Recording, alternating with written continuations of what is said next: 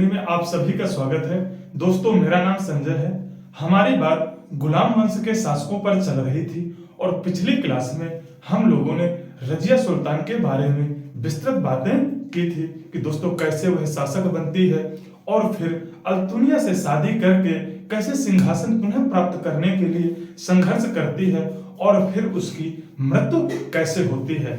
आज उसी क्रम में आगे हम लोग बात करेंगे मुइजुद्दीन बहराम शाह के बारे में कि दोस्तों यह शासक कैसे बनता है और फिर इसी क्रम में जो इल्तुतमिश वंश के शासक हैं उनके बारे में बात करेंगे। दोस्तों, आज की क्लास आपके एग्जाम के दृष्टिकोण से बहुत ही महत्वपूर्ण है, तो शुरू करते हैं आज की क्लास हम। 1240 ईस्वी में मुइजुद्दीन बहराम शाह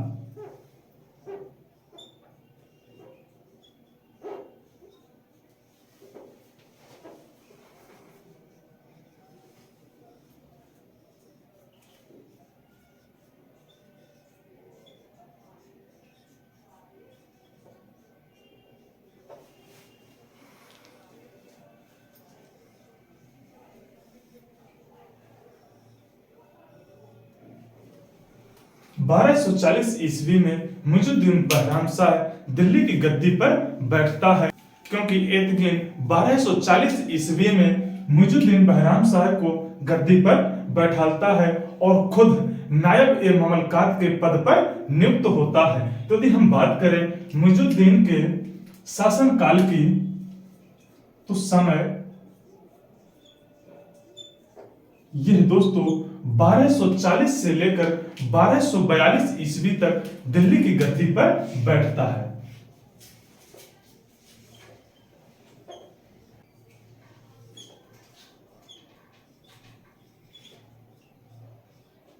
और इसी के समय एक नए पद का गठन होता है, नायब ए ममलकात।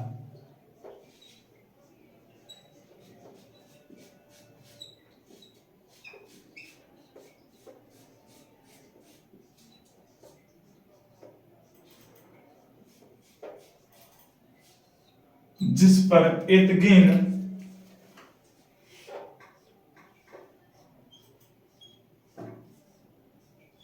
स्वयं नियुक्त हो जाता है।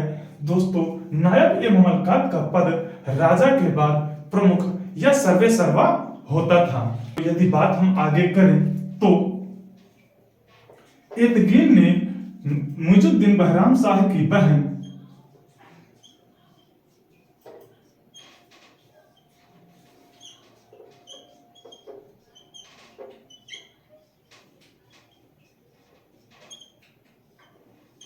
मुइजुद्दीन की बहन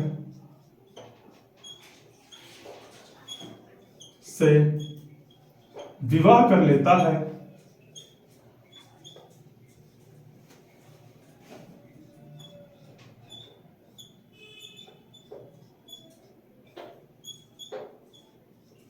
और अपने घर में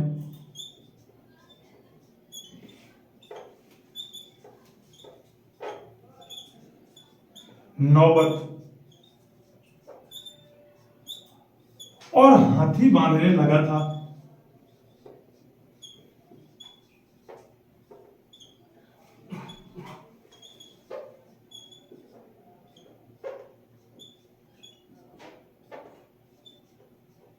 जिसके कारण बहराम शाह इसकी हत्या करवा देता है।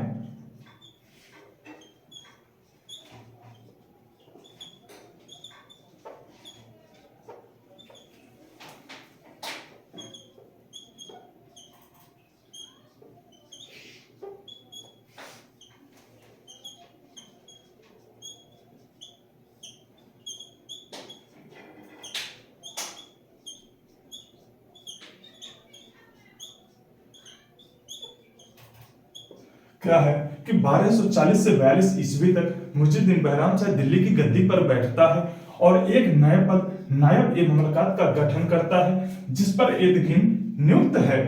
दोस्तों, एतगिन मुइजुद्दीन बहराम शाह की बहन से विवाह कर लेता है और अपने घर में नौबत और हाथी बांधने लगा था, जिसके कारण बहराम शाह इसकी हत्या करवा देता है। आगे यदि हम बात करें तो मुइजुद्दीन बहराम शाह के समय में मंगोल आक्रमणकारी ताहिर बहादुर आक्रमण करता है और जब बहराम शाह उसके आक्रमण को दबाने के लिए जाता है तो इसके तुर्क सरदार इसकी हत्या कर देते हैं और दिल्ली की गद्दी पर अलाउद्दीन आलम शाह को बैठा देते हैं। क्या है? बहराम शाह के समय मंगोल आक्रमणकारी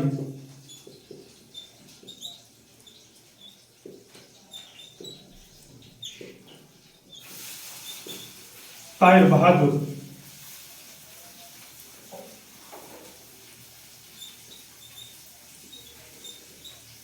आक्रमण करता है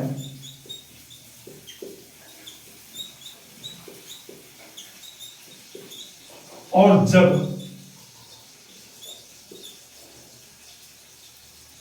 बहराम शाह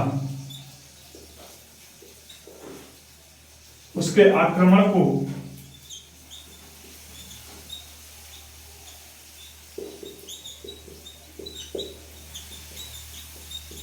दबाने जाता है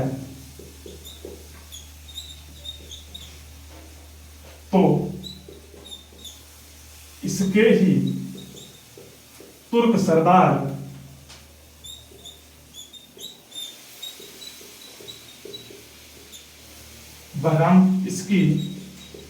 बहराम शाह की हत्या कर देते हैं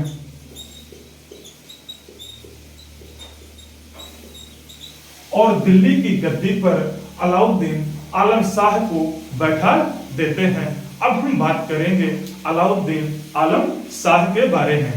दोस्तों,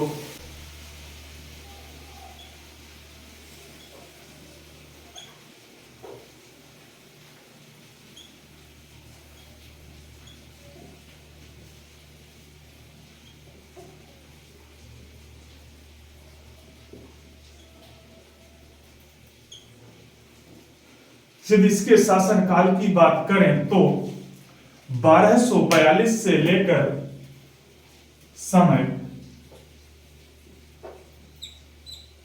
1242 से 1246 ईस्वी तक यह दिल्ली की गद्दी पर बैठता है। और यदि इसके समय वजीर की बात करें तो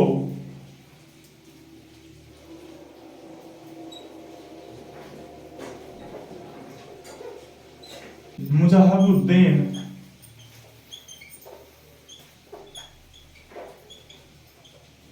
और फिर अबू बकर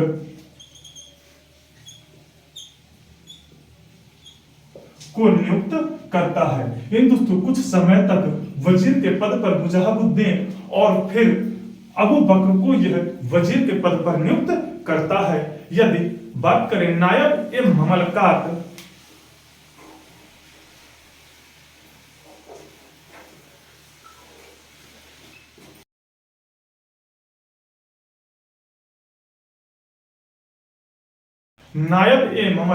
के पद पर कुतुबुद्दीन हसन।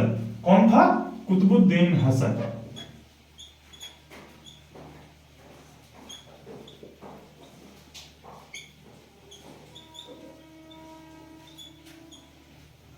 और अमीर ए हाजिब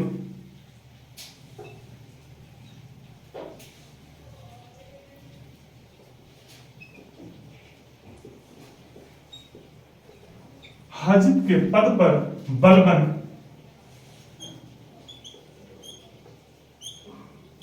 था। इन दोस्तों, यदि बात करें कि अलाउद्दीन आलम शाह के समय या उसका शासनकाल तो 1242 से लेकर 1246 ईस्वी तक यह दिल्ली की गद्दी पर बैठता है और इसके समय वजीर पहले मुजाहिदुद्दीन और फिर अबू बकर रहता है। नायब ए ममलकात के पद पर कुतुबुद्दीन हसन। इन दोस्तों, एतगीन की मृत्यु के बाद कुतुबुद्दीन हसन नायब ए ममलकात के पद पर नियुक्त होता है और बलबन अमीर ए हाजिब के पद पर नियुक्त है। यदि बात करें कि अलाउद्दीन आलम शाह, रुकनुद्दीन,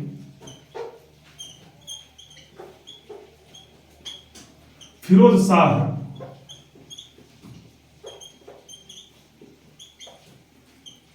का पुत्र था। पुत्र है बलबन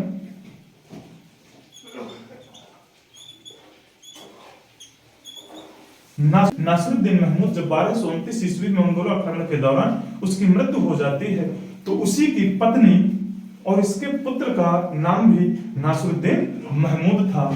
तो नासिरुद्दीन महमूद की मां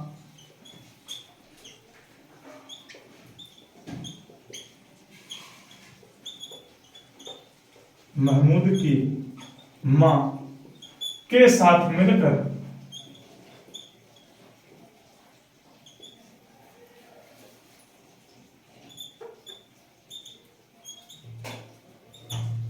अलाउद्दीन आलम शाह को बंदी बना लेता है।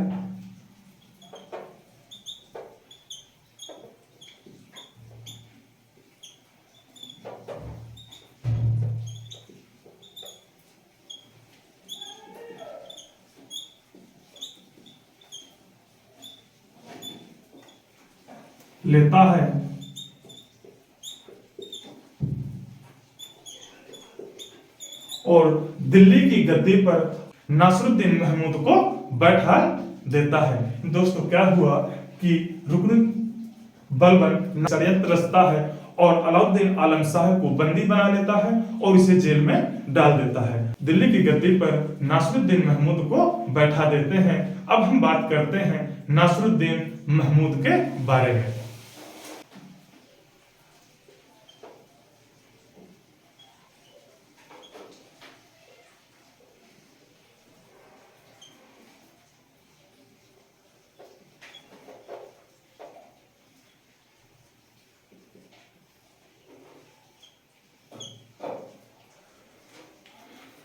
नासिरुद्दीन महमूद की समय की बात करें तो दोस्तों समय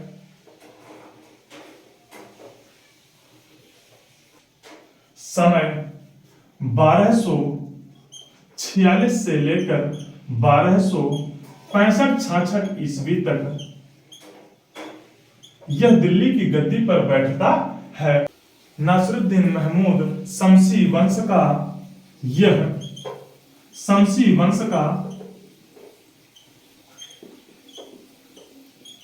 अंतिम शासक था।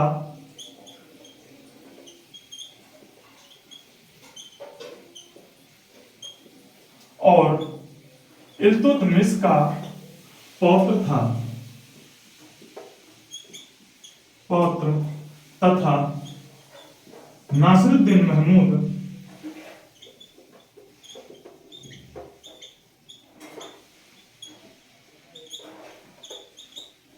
का पुत्र था।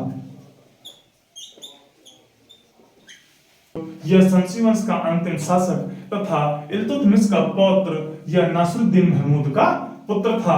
यह बहुत ही मधुर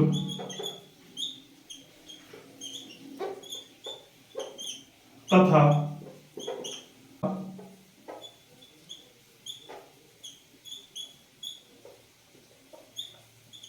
स्वभाव का शासक था और कुरान की आयतें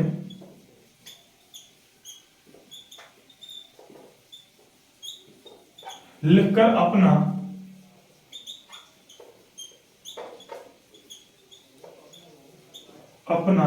जीवन व्यतीत करता था।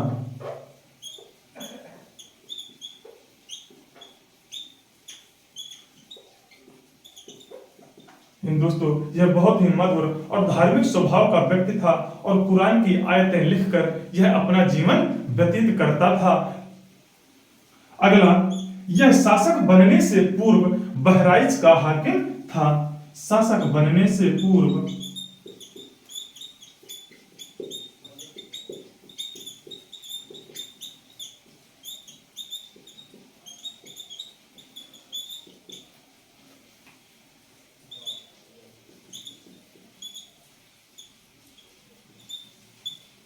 बहराइच का हाकिम था। इतिहासकार इसामी कहते हैं कि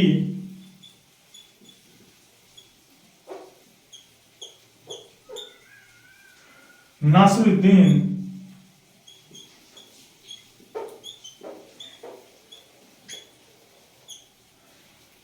बिना अमीरों की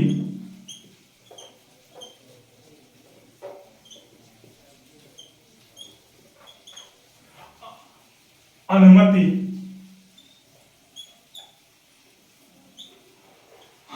अपना हाथ पैर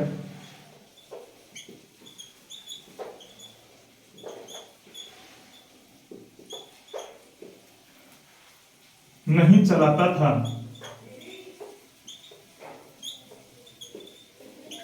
और ना ही बिना उनकी आज्ञा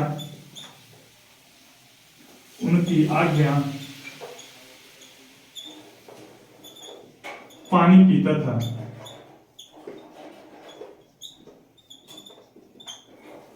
इतिहासकार ईसामी कहते हैं कि नासिरुद्दीन महमूद अपने अमीरों के पूछे बिना अपने हाथ पैर नहीं चलाता था और ना ही वह पानी पीता था। दोस्तों, अगले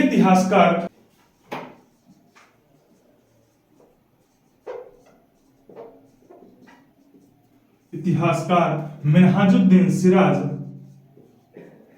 जो मुख्य काजी के पद पर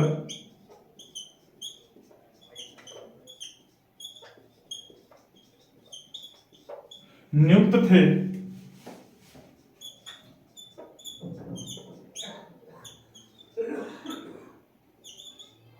और इनकी पुस्तक तबकात ए नासिरी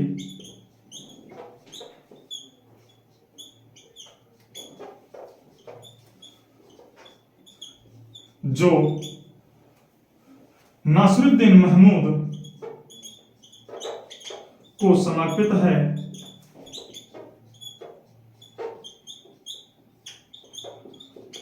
और इस पुस्तक में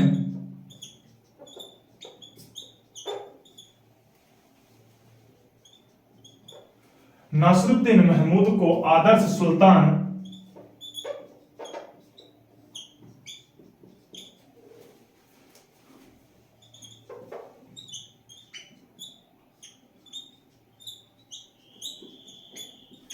कहा गया है।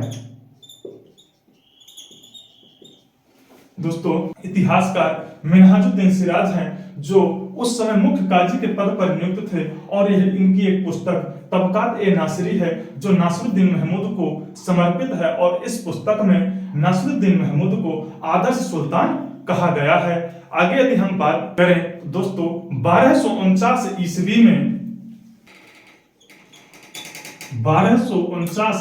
में नासिरुद्दीन महमूद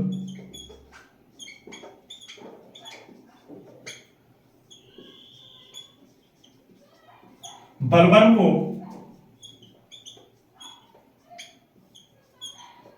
नायब ए ममलकात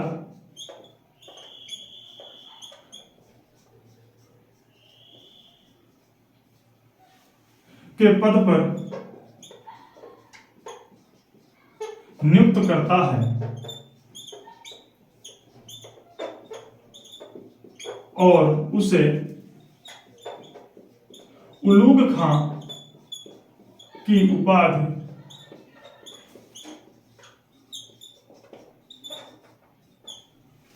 देता है। बलबन नासिरुद्दीन महमूद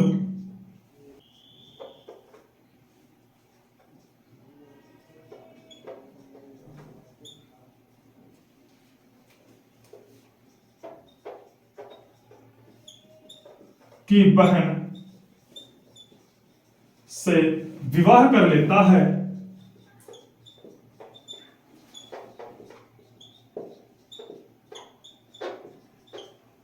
क्या है दोस्तों कि 1249 ईस्वी में नासिरुद्दीन महमूद बलबन को नायब ए ममलकात का पद तथा उलूग खां की उपाधि देता है। बलबन नासिरुद्दीन महमूद की बहन से विवाह कर लेता है। अब हम आगे बात करें तो 1253 ईस्वी में भारतीय मुसलमानों का नेता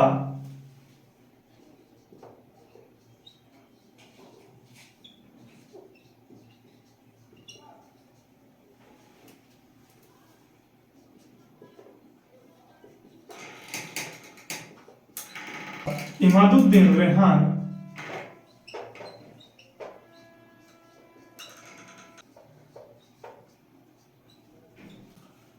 नासरुद्दीन महमूद के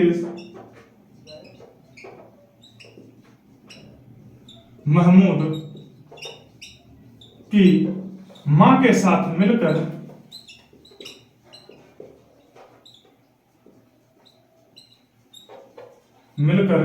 बलबन को नायब ए ममलकात के पद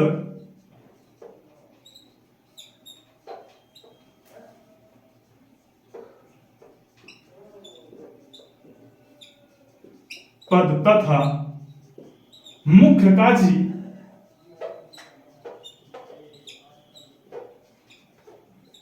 मिनहाजुद्दीन सिराज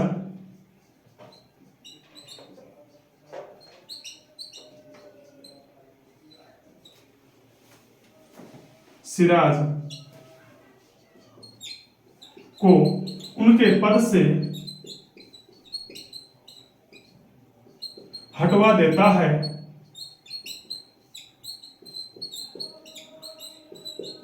बलबन के प्रभुत्व को कम करने के लिए 1253 ईस्वी में भारतीय मुसलमानों का नेता इमादुद्दीन रेहान नासरुद्दीन महमूद की मां के साथ मिलता है और बलबन को नायब ए ममलकात के पद तथा मुख्य काजी मिनहाजुद्दीन सिराज को उनके पद से हटवा देता है। हालांकि कुछ समय के बाद बलबन पुनः नायब ए ममलकात के पद पर नियुक्त हो जाता है।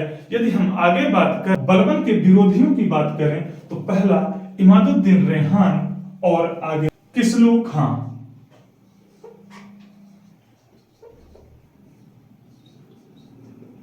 जो अमीर ए हाजिब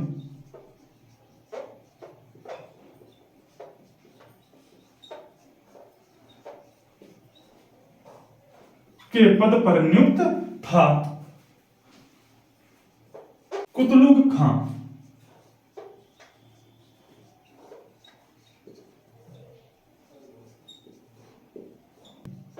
मुल्तान का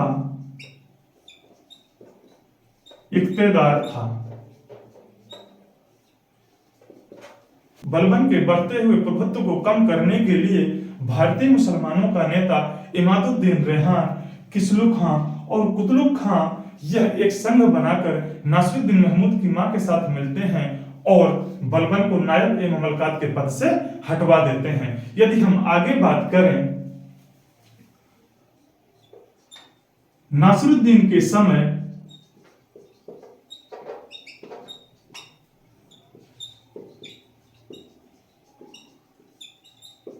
मंगोल आक्रमणकारी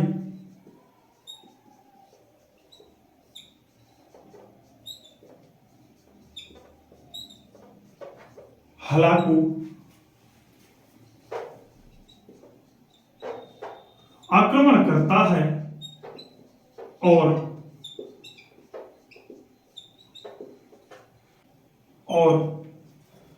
लाहौर पर कब्जा कर लेता है।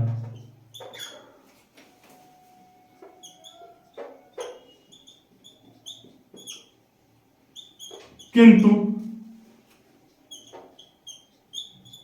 यह विजय स्थायी नहीं रही।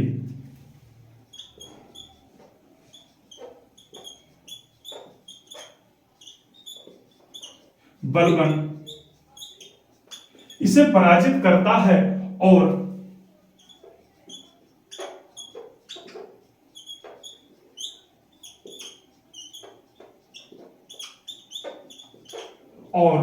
स्वयं शासक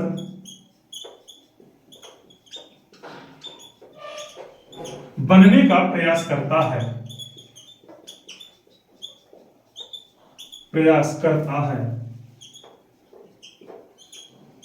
किंतु असफल रहा।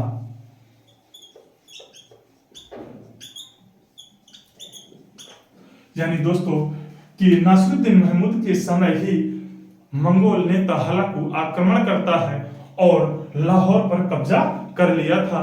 तब बलबन हलाकू पर आक्रमण करता है और लाहौर उसे छीन लेता है, स्वयं शासक बनने का प्रयास करता है किंतु असफल रहता है। आगे यदि हम बात करें 1265-66 ईस्वी में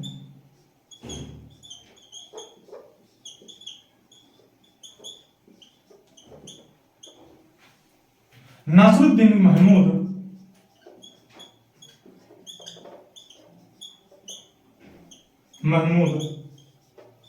की मृत्यु हो जाती है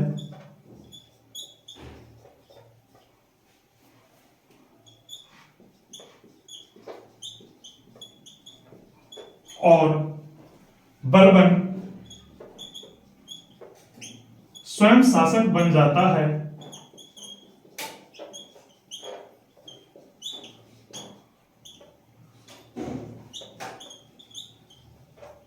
कुछ इतिहासकारों का मानना है कि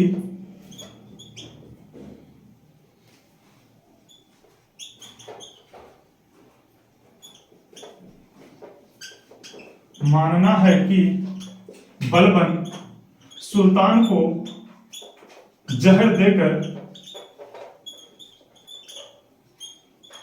मार दिया था।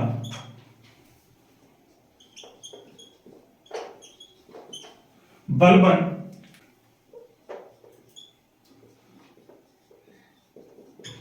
1265-66 ईस्वी में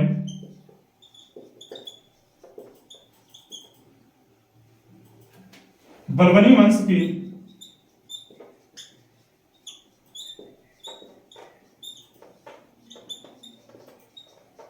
स्थापना करता है और स्वयं शासक बन जाता है।